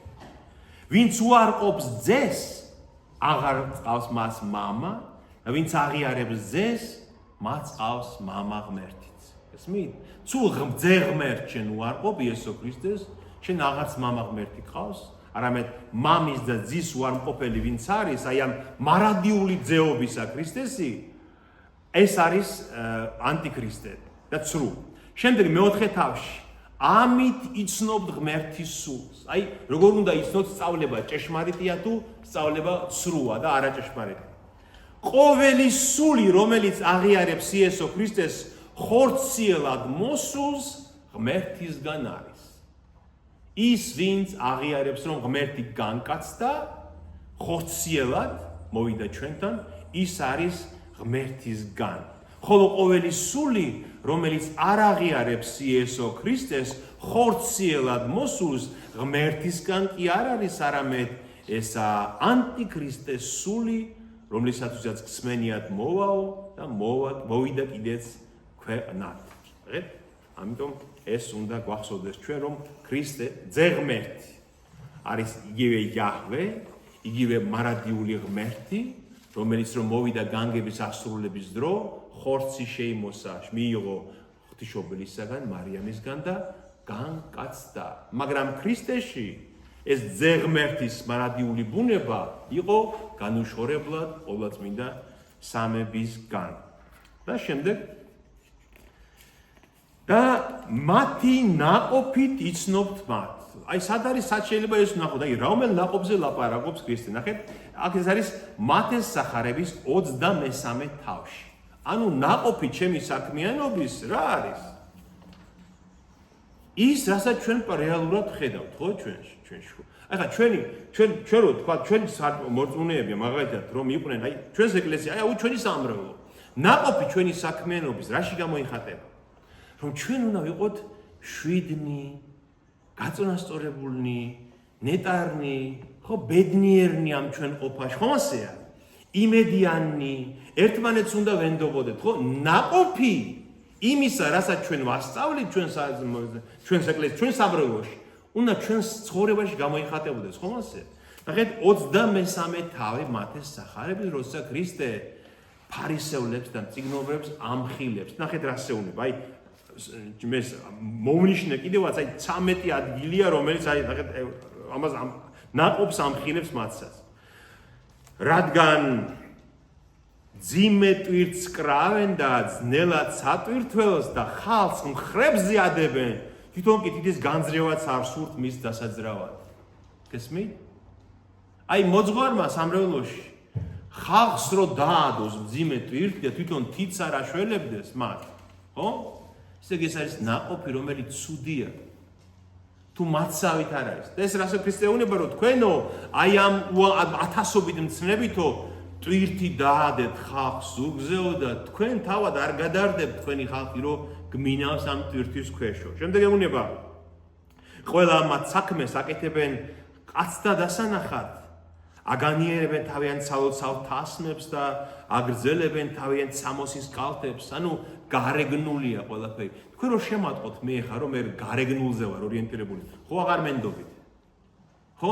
თქვენ რო შემატყოთ მე რომ მე ამას რასაც ვამბობ გულით კი არ ვამბობ, არამედ სანახაობაა, შოუა ჩემთვის. ხო ნდობას დაკარგავ ჩემს მიმართ. ხომ ასე? აი ამაზე ამბობს რომ შეხედავ და გარეგნულად აკეთებენ ყველაფერს. არ ადარდებთ ხალხის სინამდვილეში რას განიცდის და რას გრძნობს. შემდეგ უყვართ წვეულებებზე სუფრის თავში ჯდომა და სინაგოგებში წინა ადგილების დაკავება. ეს რო დაინახოთ მოძღვრისაგან, ჩვენ უნდა მიხვდე რომ არ არის ეს ჭეშმარიტი, ნაყოფია ეს, ცუდი ნაყოფია. თუ რატო უნდა უნდოდეს თავის გამოჩენა იმას ღმერთის მოძღვარს, ღვთისაგან მოსულ მოძღვარს, ხო? შემდეგ ნახეთ ვაი თქვენ და მწიგნობარნო და ფარისეველნო, თვალთმაგცნო, ცათასასუფეველს რომ უხშობთ ხალხს, ვინაიდან არც თქვენ შედიხართ და არ შემსრულებს ანებებთ შესვლას. ცათასასუფეველი სადღა არის, კაცმა აღარიც უკვე აი ამდენ ცნებაში, ისე არიან აღრეული, რომ ხელს რო დაიბანენ ჭამის წინ, მიწაზე დაასხან, თუ ჭურჭელში დაასხან, თუ შეშით გააცხელონ, თუ სად გააცხელონ, აი ამაზე არიან ორიენტირებული და ვეღარს თვითონ შედიან და ვეღარ არც სხვას არ უშვებენ ამ სასუფეველში. შემდეგ ამბობს, რომ თქვენო მწიგნობარდო ფარისევნებო, მткамთო, უჭამთო ქრივებსო, ბოლო ქონებასო და თვითონო და პირნოთ მოთნეთ დოცულობთ ხალხის დასანახად. ანუ ის შესაწირი რაც უნდა მოიტანოს ყველასთვის ქრივებსაც კი ართმევთო ბოლოსო და მე დადგებით და პირმოთნეთ დოცულობთო და გონიათ რომ ღვთისათნო ხართო. ხედავთ? აი ნაყოფი ყველაფერი მათი მოქმედების და ბოლოს აი ყველაზე მძიმე რაც არის, აი ამის გამო რომ თვალთმაგცობაში ხარ ჩაფლული, ნაყოფი თქვენი ის იქნებაო რომ მოკლავთ მესიას. აი თქვენმა მამა პაპამო, ხომ მოკლავთ წინა ბევრი წინასწარ მეტყველიო. აი თქვენი ნაყოფი ბოლოს ყველაზე მწარე ნაყოფი ის იქნებაო რომ თქვენцо მაცავით მკვლელები გახდებით და ამიტომ გეუბნებით, აჰა, გრჩება თქვენი სახლი ოხრად. აი ამ ნაყოფის შედეგი არის ეს რომ იერუსალიმიც და მისი ტაძარიც კი დაინგრევა. ასე რომ მათი ნაყოფით იცნობთ მათთო. და შემდეგ ამბობს ძალიან ძიმე სიტყვებს. ნახეთ 21 მუხლი. არა ყველა ვინც მეტყვის მე უფალო შევა ცათასასუფეველში, არამედ ის ვინც აღასრულებს ჩემი ზეციური მამის ნებას. ვიზე ეუნება, ვის გულისხმობს აქ უფალი? ვინ ეუნება უფალს დღეს უფალო? ქრისტიანები.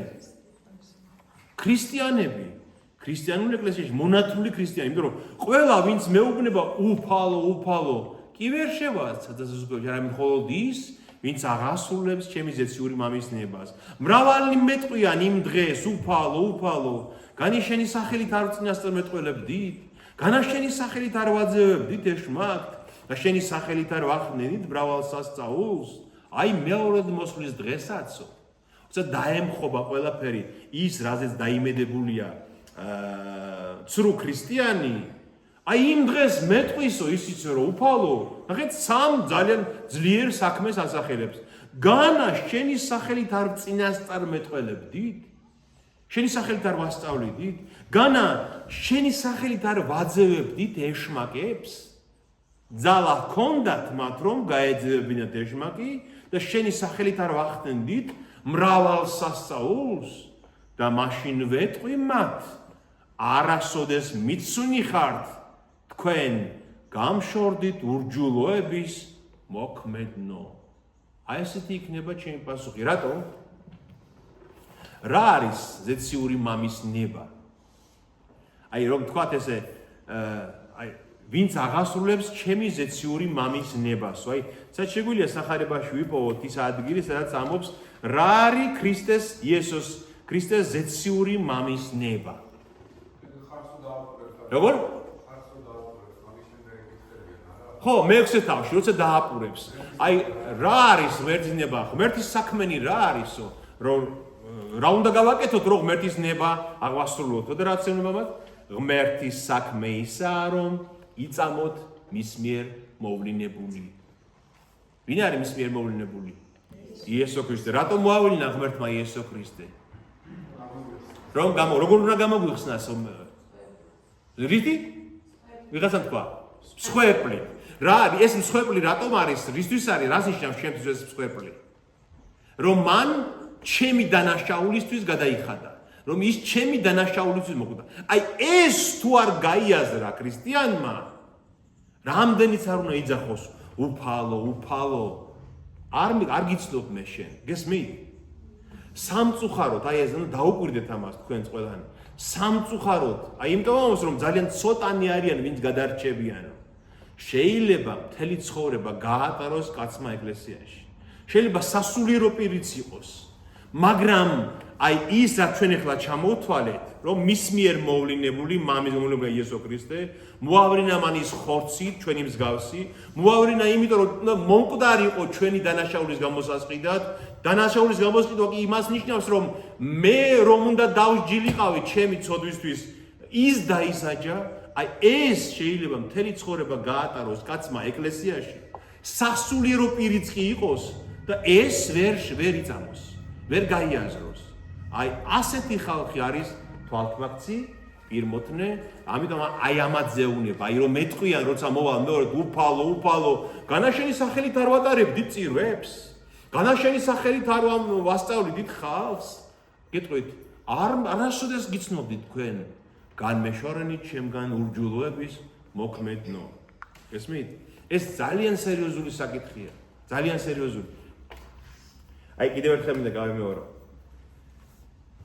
აი ჩვენ ვთქვით რომ ქრისტეს მსხვერპლი, ხო? აი თქვენ გჭირდებათ ქრისტეს მსხვერპლი? აი შენ ის კონკრეტულად იმას კი არ ვეკითხები, მაგრამ აი მინდა რომ ეს ჩვენ გავიაზროთ. აი მე დავფიქრდი, აი ამბობენ რომ ქრისტეს მსხვერპლი ჯვარზე. აი ჩემთვის რას ნიშნავს ეს? აი ჩემ პირადად ჩემთვის. დაფიქრებოთ ამაზე. აი თქოთ ამაზე დაფიქრდი, თორე შეიძლება ჩვენგანაც ვიღაცა მოყვეს იმ ხალხში, ვისაც უფალი ეტყვის რომ არ გიცნობთ მე თქვენო. თქოთ ამაზე დაფიქრდით ყველანი, აი ჯვარცმულს უყურებ ჯვარზე გაკროლს. აი ჩემთვის რას ნიშნავს ეს? აი რამე, აი რას მეუბნება ეს? გიფიქრეთ ამაზე? აი რა მინდა ვთქვა, ნახეთ, აი მე ჩემი ცოდვებისთვის ტირი ვარ.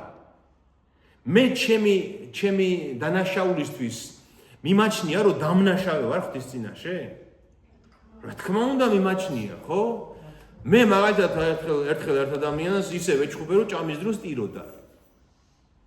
აი ჩემ ცხოვრებიდან გავიხსენებ. ისე ვეჩხუბე ის რაღაცა ის ვიყავი, აღელვებული ვიყავი, გაბრაზებული ვიყავი რაღაცას და ახლობელი იყო და ისე ვეჭხობი რომ მე საჭმელად მე შესულიყავი სადღაც და ტიროდა ამის დროს ცერემლები მოდიოდა და ტიროდა მე ვიცი რომ ამის ეს ძალიან დამნაშავე ვარ ღვთის წინაშე ამის გამო მე ვიცი რომ ამის გამო მე უნდა დავისაჯო და ეს კიდევ რა არის ისეთ დანაშაულები აქვს ხალხს ჩადენილი კოლელობა და ბოროტება და განგებ ჩადენილი ბოროტება ხო შენ გწამს რომ შენ ამისთვის უნდა დაისაჯო თუ პატიოსანი ადამიანი ხარ შენ იცი რომ შენ საჯელს ვერ გადაურჩენ ხომასე იმიტომ რომ ღმერთი არის აბსოლუტურად სამართლიანი განაღმერთი ბოროტია ღმერთი არის აბსოლუტური სიწმინდე და აბსოლუტურად სამართლიანი ხომასეა ხო მეტახმები ამიტომ ის ცოდვები რაც ყველა ადამიანი უცოდველი კაცი არ არსებობს რომ ყველა ადამიანს დანაშაულისთვის ეკუთვნის სასჯელი წამთ ამისი როგორც მაგრამ რა ვქნათ ახლა ეს სასჯელი რო გვეკუთვნის აი ადამ და ევას დროიდან როცა კაენმა მოკლა აბელი ჩვენში გადმოვიდა ეს მიდრეკილება ცოდვისადმი ხომასეა რა ვქნათ ვინ გადაგვარჩენს ამ სასჯელისგან როგორ გონია აი ვინ გადაგვარჩენს აი რა ვქნათ მოგცა კი ღმერთმა აი მოსეს დროს მოგცა ეს ამხელა რჯული თორა მოგცა მთელი ძველი მაგრამ მაინც ჩავდივარ ცოდვას აი ვინ გადაგვარჩენს ვინ გადაგვარჩენს როგორ ვინ მიპასუხებს ვინ გადაგვარჩენს ჯვარცმა იესოს ჯვარცმა მაგრამ როგორ გადაგვარჩენს ქრისტეს ჯვარცმა როგორ კი წმენა მან იტვირთ ანუ ქრისტეს ადგილას თქვენ უნდა ყოფილიყავით ჯვარზე გესმით ქრისტეს ადგილას ჯვარზე უნდა ყოფილიყავით თქვენ მე მაგრამ ჯვარცმა კიდე რას შეედრება იმ ჯოჯოხეთის სასჯელს გესმით როცა ქრისტემ დაიყვირა ჯვარზე რომ ღმერთო რატომ მიმატოვე მე აი ეს განცდა იმ ჯოჯოხეთის რომ ღმერთმა მიატოვა წესით შენ უნდა ყოფილიყავი იმ ჯვარზე იმიტომ იმ ცოდვების გამო რასაც შენ ყოველდღე ჩადიხარ ხომასეა მე მინდა რომ ამ ლოგიკის ჯაჭვს მივყვეთ მაგრამ მე ხვდები ახლა რომ იმდენად უყვარვარ მე ღმერთს რომ მისი მარადიული ძე მოკვდა ჩემთვის და მე ახლა წამს რომ მე აღარ დავისჯები გესმით ამას მე ახლა რატო ვლაპარაკობ მე რამდენად ვლაპარაკობ ამას იმიტომ რომ მე არ მინდა რომ ჩვენი ხალხში მოხვდეთ და მე ვიცი რომ ძალიან ბევრი მოხვდება იმ ხალხში ვისაც უფალი ეტყვის რომ ნუ მეუბნებით უფალო მე არ გიცნობ თქვენ გესმით აი მე არ მინდა რომ ამ ხალხში მოხვდეთ თუ შენ მისი ჯვარცმა მთელი გულის სიღრმეში შენთვის არ მიიღე შენ ის არ არის შენი უფალი სინამდვილეში გესმით გარეგნულად იძახი შენ უფალო ამბობ მაგრამ ის გეუბნება მე შენ არ გიცნობ რადგან შენ ყველაზე მთავარი რაც მე შენთვის გავაკეთე ჩემი ჯვარცმა შენ არ მიიღე შენ არ იწამე ის შენთვის იმიტომ არ იწამე რომ ჯერ იმ პირველ რიგში იმიტომ რომ შენ ცოდვები არ გაინტერესებდა შენ ცოდვებს არ ნანობდი შენ არ მიგაჩნდა რომ სასჯელის ღირსი იყავი შენ არ ეძებდი ღმერთს და ამიტომაც ჩემი მსხვერპლი შენ არ მიიღე შენთვის ამიტომ მე არა ვარ შენი უფალი გესმით აი ეს არის მთავარი ამიტომ ამბობს რომ მე რომ მოვალ მეორედ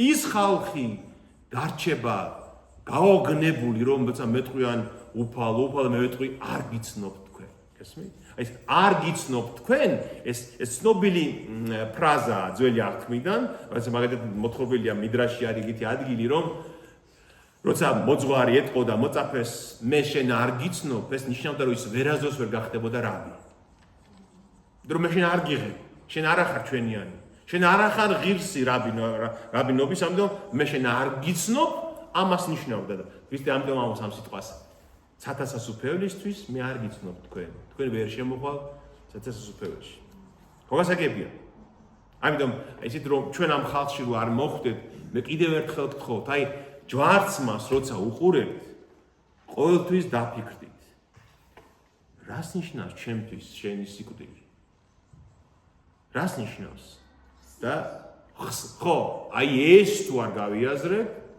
სხვანაირად არ არსებობს ცხონება გესმით აი არის პავლეს კორინთელთა ეპისტოლეში რომ ვინც ბაგებით რომაელთა მიათდავში უკაცრავად რომაელთა მეტებში ვინცო ბაგეებითო იტყვის უფალი იესო და გულში სწამს რომ ღმერთმა აღადგინა იგი მკვდრეთითო ცხონდება. ნახეთ რა მოკლედ არ ნათქვამი? ვინც ბაგით ამობს უფალი ჩემი იესო ქრისტე. ეს ნიშნავს რაც მე ვილაპარაკე იმას, ჩემი უფალი იესო ქრისტე და ღმერთმა აღადგინა მკვდრეთით, ეს მწამდეს რაც ნიშნავს რომ აი ამ ჯვარცმის შემდეგ ღმერთმა ის აღადგინა ნიშნავს რომ ღმერთმა მიიღო მისი მსხვერპლი. გესმით? მართალია ისაც მან გააკეთა, აღდგომა ამის დასტური იყო. და მწამს რომ ღმერთმა აღადგინა მკვდრეთით ნიშნავს რომ მე ვიცი რომ ჩემი უფალმა გამომისყიდა მე ჩემი დანაშაულისგან. გესმით? აი ამას ამბობს ქრისტე ამ 21 მუხლებში. 22-ში. და 24 მუხლიდან გავაგრძელოთ. ეს არის ბოლო მონაკვეთი ამ თავის. ყველას ვინც ეს ვარძიმიც იმიტომ მოვიტანი, აქ რაღაც მინდა გაშვენოთ, ძალიან სიმბოლურია ჩვენს ქრისტიანობას და ამ ფრაზას შორის. ყველას ვინც ისმენს ჩემს სიტყვებს და ასრულებს მათ, მე ვამსგავსებ გონიერ კაცს, რომელმაც კლდეზე დააშენა თავისი სახლი. და მოვიდა წვიმა, მოვარდნენ დინარენი, დაქროლეს ქარებმა და ეკვეთნენ იმ სახლს, მაგრამ ვერ დასცეს, ვინაიდან კლდეზე იყო დაფუძნებული, ხო? და ყველას ვინც ისმენს ჩემს სიტყვებს, მაგრამ არ ასრულებს მათ, მე ვამსგავსებ უგუნურ კაცს, რომელმაც ქვიშაზე ააშენა თავისი სახლი და მოვიდა წვიმა, მოვარდნენ დინარები, დაქროლეს ქარებმა, ეკვეთნენ ამ სახლს და დასცეს და დიდი იყო დაცემა მისი. და როცა დაასრულა იესომ სიტყვა, უკვირდა ხალხს მისი მოძღვრება, ვინაიდან ის ასწავლიდა მათ როგორც ძალმოსილი და არა როგორც მათი წიგნობარნი.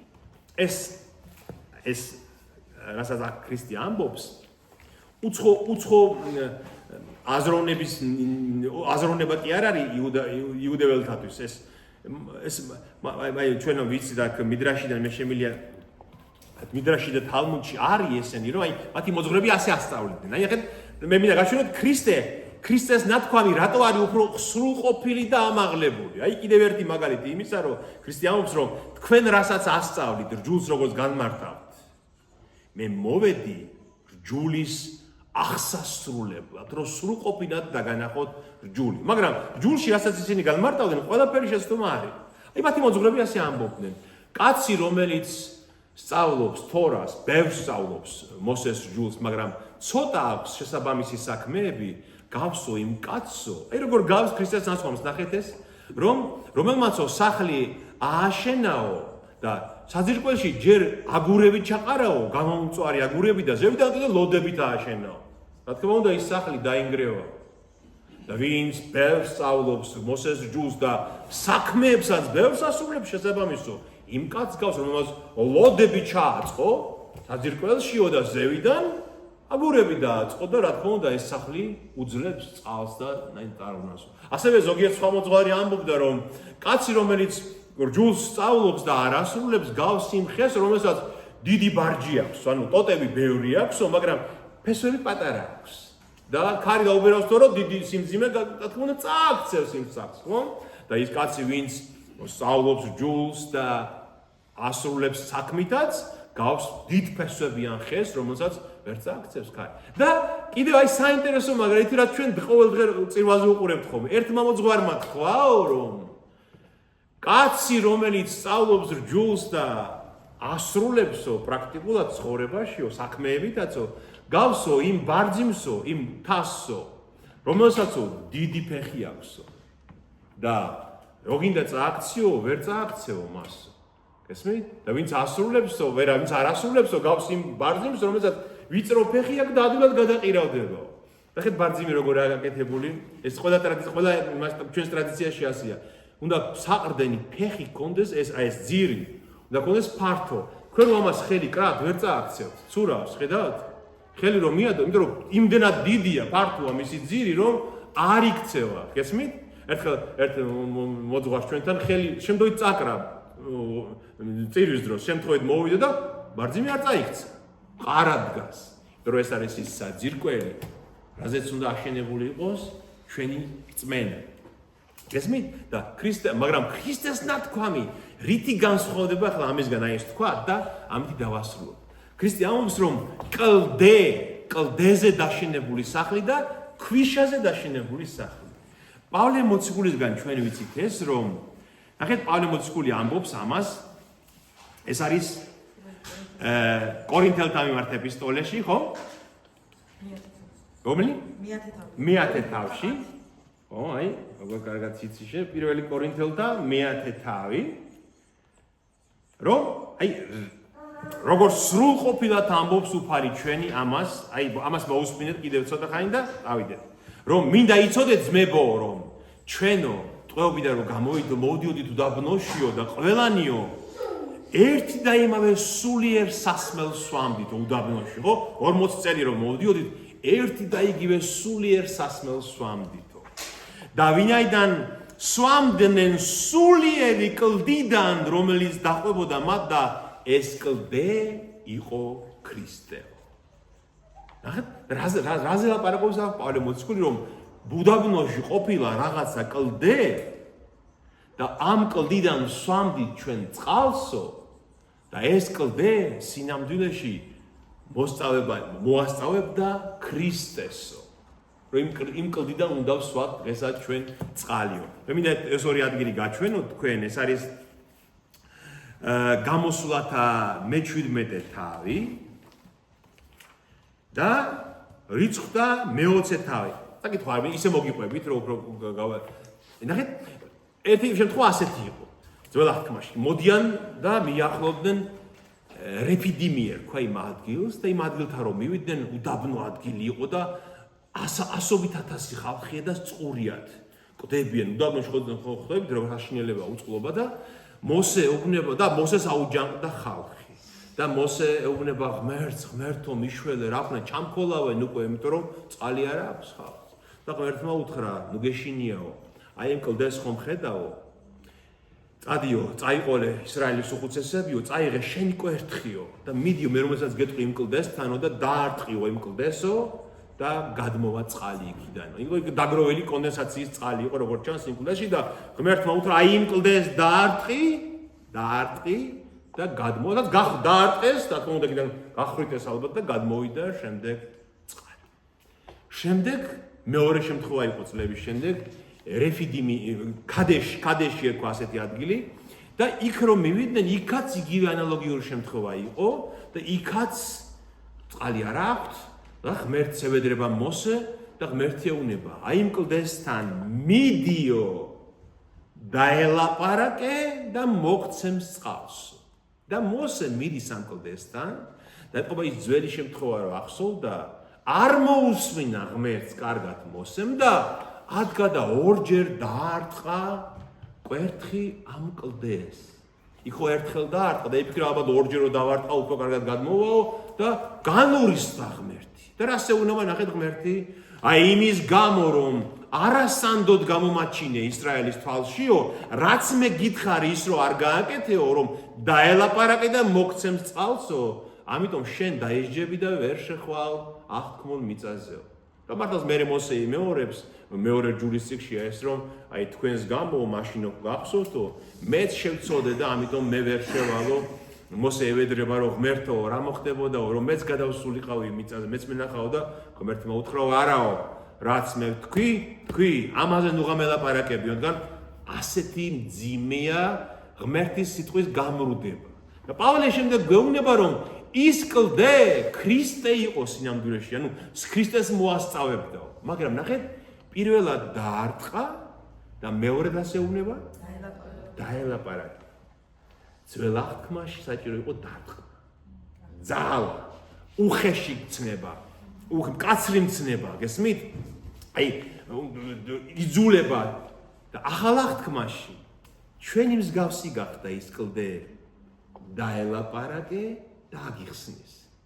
დაელაპარაკე და მოგცემს. აღარ არის საჭირო ძალმომრეობა, რაღაცა დასჯა. ქრისტე ხო ამბობს რომ მე დასარჯელად კი არ მოვედი, არამედ გადასარჩენად. დარტყმა არ იყო. ამიტომაც ღმერთი რო ეუბნება ერთხელ დაარტყი და მეორედ არ დაარტყა, აი ამას მოასწავებს, რომ ახალ აღთქმაში იმდენად ახლო მოვიდა ჩვენთან ღმერთი, ჩვენი მსგავსი გახდა, რომ დაელაპარაკე და მოგცემს. აი, ეძებეთ და იპოვით. დააგაკუნეთ და გაგიღებენ, ითხოვეთ და მოგეცემათ. ერთი ჩემი მრევლი მეუნებოდა მე, ეხლა შეიძლება მოусმინოს და გაუხარდება, რომ თქვენ აიცით ვინ არის სხვაგან არის, რომ ისაო მამაო, ჩემს სოდვებს რომ ვებძვიო, აი, ძველთმაში იყო ასეთი შემთხვევა, რომ როდესაც შევიდა აღთქმულ მიწაზე ისრაელი, იერუსალიმამდე იყო იერიხონი, ესეთი ქალაქი. და ღმერთმა ასეთი რჩევა მისცა, რომ იერიხონს გარშემო უარეთო. ბუკის და ნაღარით და გალობითო და ჩამოიქცევა მისი კედლებიო და ამ ბიჭმა ეს რა წაიკითხა, მითხრა რომ ამაო აი მე ჩემ ცოდებს რომ ვებძიო იერიხონივითო, უნდა გარშემო უარო, გარშემო რომ დავანგრიო ის ჩემი ცოდვაო, რასაც ვებძიო. მე მას ვთხარი რომ იცი რა მეთქი? იერიხონი ხო ძველ აღთქმაში იყო მეთქი და ახალ აღთქმაზე ხო ხედავ რას გვეუბნება მეთქი? დაელაპარაკე და მოგცემს. უთხარი და გადმოგიდენს წყალს, მადლს ხო? აღარ არის საჭირო იერიხონის კედლების ჩამოქცევა. დაელაპარაკე. ამიტომ მოსთხოვი რომ ილოცე, სთხოვე, დაელაპარაკე შენს უფალს და მოგცემს და გეხმარება და გაგაძლიერებს. აი ეს არის განსხვავება. აი ქრისტეს ამ ფრაზაში და იმ რაბინების განმარტებებში ეს არის უდიდესი განსხვავება, რომ ქრისტეს ნათქვამი ბევრად სრულყოფილი, აი სუპერ ნათქვამია, გესმით? ზე ნათქვამია, რომ ის ამბობს, რომ კლდეზე უნდა დააფუძნო შენი სახლი, შენი სულიერი სახლი კლდეზე უნდა დააფუძნო და ის კლდე არის თავად ქრისტე, მისი რწმენა, განკაცებული ღმერთის რწმენა. თუ ამაზე დააფუძნებ, მაშინ მოვარდება ნიაღვარი, წყალდიდობა, ქარი და ვერაფერს დააკლებს შენ სულიერ ცხოვრება, შენ სულიერ სახლს. მეორე რა იყო? რაზე იყო დაფუძნებული მეორე სახლი? ქვიშაზე. ნახეთ, ეს ქვიშას ტყუილა არ არის ნახსენები. იერემია წინასწარმეტყველის მე-17 თავში წერია, ნახეთ. რომ უფალო. ნახეთ. კურთხეულია ის კაცი, რომელსაც უფლის იმედი აქვსო. და იქნება ის როგორც წყლის პირას დარგული ხეო, რომელსაც დინარესთან აქვს ფესვები გადგმული, არ უყურებს, არ ადარდებს. დინარე, რომელიც ხის პირას დგას, მას არ ადარდებს, იქნება ხვატი, გვალვა, მუდამ მწვანე ფოთლები ექნება, რადგან არ უფრთხის ის გვალვიან წელიწადს და არასოდეს დაელევა მას ნაყოფი. დინარესთან მდგარი კაცივით არის ის ადამიანი, რომელიც ღმერთზეა დაიმედებული. რომელსაც ღმერთის იმედი აქვს. და ეს არ არის გესმით ლამაზი ნათქვამი. ეხლა თქვენ არ მიიღოთ ეს რომ ეხლა ლამაზ სათეგრძელოსო. არა, მართლა ეგრეა, ნამდვილად ეგრეა. ცხოვრებაში ყველა განსასწრების თუ ყველა სიხარულის დროს, ვისაც ღმერთიზეა დაიმედებული, ის არასდროს არ წაიქცევა. და შემდეგ ამბობს, ნახეთ, მე-17 მუხლის, თავის მე-13 მუხლია. ისრაელის სასოება უფალო, ყველა შერცხვება, ვინც კი მიგატოვებს შენგან განდგომილნი ქვიშაზე დაიწერებიან, რადგან მიატოვეს ცხოველს ყოფილი წყაროს თვალი უფალი. ქვიშაზე დაწერა. ანუ მათი სახელები, ვინც შენ მიგატოვეს, დაიწერებიან ქვიშაზე. ქვიშაზე დაგიწერიათ რამე, როდის მე ზღვაწვის პირას? ხო, ძალიან მალე იშლება. ხო, ძალიან მალე ქრება. ხო, დაგიწერიათ. აი ღვთის წინაშე ის ვინც მიგატოვეს შენ წაიშლება მათი სახელები იცოცხლის წიგნიდან და იმდომაც ქრისტე აქაც შემთხვევით ქვიშას არ ახსენებს. ვინც თავისი სახლი ქვიშაზე დააშენა, როგორც მისი სახელი, ყველაფერი დაიქცევა, ყველაფერი დაიკარგება იმ დღეს, როცა უფალი მოვა მეორედ. აი ეს ადგილი მინდოდა მეჩვენებინა და გამომრჩა, ბარემ ამასაც გაჩვენებ და ამით დავასრულოთ. ნახეთ, მეორედ მოსვლაზე როგორ ლაპარაკობს იესაია წინასწარმეტყველი. იმ დღესო, რა მოხდება, ნახეთ, აი დღეს რამდენი ამაყი ადამიანი შეხვედრია ჩვენ, აი მდიდარ ხალხს რომ შეხვედრივა, მე სულ სხვანაირი სიამაყი აქვს მდიდარ ადამიანებს. მათ მიაჩნიათ რომ სხვა ყველა, ასე თქვათ, სადღაც სხვაგან ცხოვრობს, ისინი სხვაგან არიან. რომ დაიმედებული არიან დიდ სიმდიდრეზე, ძალიან სხვაგან არის, თქოს მათი გონება და სიამდვილეში მათი გონება იქ არის სიმდიდრესთან მათ განსაგანძურებად. ნახეთ, იმ დღესო როცა უფალი მოვა მეორეთო, ნახეთ როგორ არის. დამცირდა ადამიანი, დამდაბლდა კაცი, შენ კი არაპატიებ მათ, აი ამ ამპარტავნებას, შენ არაპატიებ მათ, რომლებსაც მამონაზე იყვნენ დაიმედებულებიო. დამდაბლდა ადამიანი, ამ ადამიანის ამაყი მზერა და კაცთა მედიდურება დამცირდა, მხოლოდ უფალი იქნება მაღალი იმ დღეს, რადგან დაუდგება ცაბაოთ უფლის დღე ყველა ამაყს და მედიდურს, ყველა აღზევებულს და დამდაბლდება. დამცირდება ადამიანის სიამაყე და კაცთა მედიდურება დამდაბლდება, მხოლოდ უფალი იქნება მაღალი იმ დღეს. და ყოველგვარი კერპი გაცამტვერდება. დღეს ხო კერპი ჩვენი ეს სიმდიდრე და მამონაა და ყველაფერი იმ დღეს გაცამტვერდება. შევლენ კლდის გამოქვაბულებში და მიწის ნაპრალებში დაემალება ხალხი უფლის ზარტეხილს და მისი სიდიადის ელვარებას, როცა ქვეყნის შესაძარად შეიმართება. იმ დღეს კაცი თხუნელებს და ღამურებს გადაუყრის თავის ვერცხლის კერპებს და თავის ოქროს კერპებს სათაყვანებელი რომ გაიკეთა.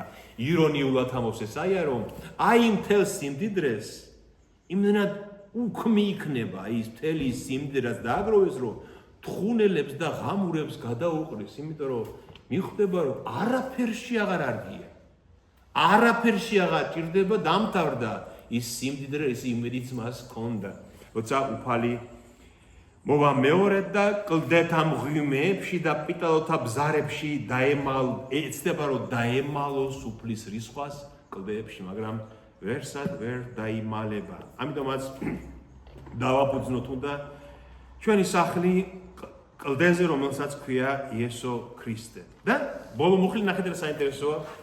და როცა მოას დაამთავრაო საუბარიო, გაკვირვებული უსმენდა ხალხიო, რადგანო ასწავლიდა როგორც ძალმოსილი. სხვა ადგილებში ძვირქართულში წერია ასწავლიდა ეს რომელსაც აქვს ხელმწიფებაო და არა როგორც მათი წიგნობარნიო. ნახეთ, იმ ბერძნულში წერია ექსუსიანი. ექსუსია არის აი ეს ძალაუფლება. და ეს ექსუსია სიტყვა ბიბლიაში ნახსენებია 66-ჯერ და როგორც ძალამოს 66-ჯერ როგორც ძალა და 22-ჯერ როგორც უფლება. ანუ ბევრი რამოდენიმე მნიშვნელობა აქვს ამ ექსუსიას. და ყველაზე მეტად ნიშნავს ძალას და ნაკლებად უფლებას. და ქართველებმა ეს ძალიან კარგი სიტყვა აქვს ჩვენ, ძალა უფლება. და ეს ქრისტეს საუბარი იყო ისეთი, რომ ადამიანი, რომელსაც ღმერთისგან აქვს მიცემული ძალა უფლება, რომ ეს ილაპარაკოს. და არა როგორც წიგნობრები, რომელსაც წიგნიდან ამოიკითხეს ეს და შამაის, ჰილელის თუ სხვა მოძღვრების სკოლებში ისწავლეს. აი გაოგნებულები იმიტომ იყვნენ, რომ ძალაუფლების მქონე იყო ის, ვინც ლაპარაკობდა. იმიტომ რომ ის ლაპარაკობდა როგორ? ასე არ ლაპარაკობდა, რომ მე ჩემო მოძღვარმა ასე მასწავლა, იმას თავის მოძღვარმა ისე ასწავლა და მე თქვა ასწავლეთ თქვენ. წესით ხომ ასე უნდა ეთქვა, ხო? აი მე თქვა ეს წიგნი საიდანაც მე გიკითხავთ ხოლმე თქვენ თალმუდში. სულ ასეთი ისინია ფრაზები, რომ რაბი იოშუამ თქვა, რომ რაბი ელიაზარს, რაბი იონასთან ეს მოусმენია. ამიტომ მეც გეუბნები თქვენ. ნახეთ, სამი მოძღვარი და იმოწმა. და ნახეთ, რაც უფრო ძლიერი იყო ის, აი რაბი გამალიელმა თქვა, თუ იტყოდა, ესე იგი უფრო სანდოა და უნდა მენდოდ. მაგრამ სადმე მოგისმენიათ, რომ ქრისტეს ეთქვას, რომ ამა და ამ რაბიმ თქვა და მეც გეუბნებით. ხო არ ამბობს? აბა როგორ ამბობს ქრისტე? გსმენიათ ასე, მაგრამ მე გეუბნებით თქვენ. ხოლო მე გეტყვით თქვენ და ამას რო უსმენენ გაოგნებულები არიან, რომ ვინ არის ეს, ვისაც ასეთი ძალაუფლება აქვს. ნახეთ, თან ეს ძალაუფლება არ ნიშნავს არც ქარიზმას. ხანდახან აუვერო ეს ქარიზმა ხომ არ იყო, აი ადამიანებსაც ხო ათხოვე ქარიზმა, რომ აი რაღაცა განსაკუთრებული ძალა რომ მოდის მისგან. ან რამე რიტორიკული უნარები ხომ არ იყო. ან რაიმე სხვა ჭერმეტყველურის ცოდნა ხომ არ ქონდა, არა. აბსოლუტურად სხვა რამეა ეს ძალაუფლება. ნახეთ, თან აქ ბიბლიური ტრადიციით ძალაუფლების მქონეს უნდა ახლდეს კიდე ერთი სიტყვა, უბრალოდ აღაწერია. ძალაუფლების მქონე ღმერთისგან. რომელსაც ჰქონდა ძალაუფლება ღმერთის. აი ასეთი იყო უფალი ჩვენი იესო ქრისტე და ნახეთ ამით თავდება სწავლება მისი მოწაფეების მიმართ. ამიტომაც აი კიდევ ერთხელ ვიმეორებ. მეხუთე, მეექვსე და მეშვიდე თავები არის ჩვენი ქრისტიანობა, ჩვენი მოწაფეობა უფლის მიმართ. ამიტომაც თუ კარგად მინდა რომ კარგი მოწაფეები ვიყოთ, აი ეს ყველაფერი უნდა შესწავლილი, გააზრებული გქონდეს ჩვენს ცხოვრებაში და ასე ვიცხოვროთ. კითხვა ხომ არა აქვს ვინმეს? არა? არა, მეგონი? ხო. მაშინ დავასრულოთ დიდება უფალს, მადლობა ღმერთს და შემდეგ კვირას გავაგრძელოთ.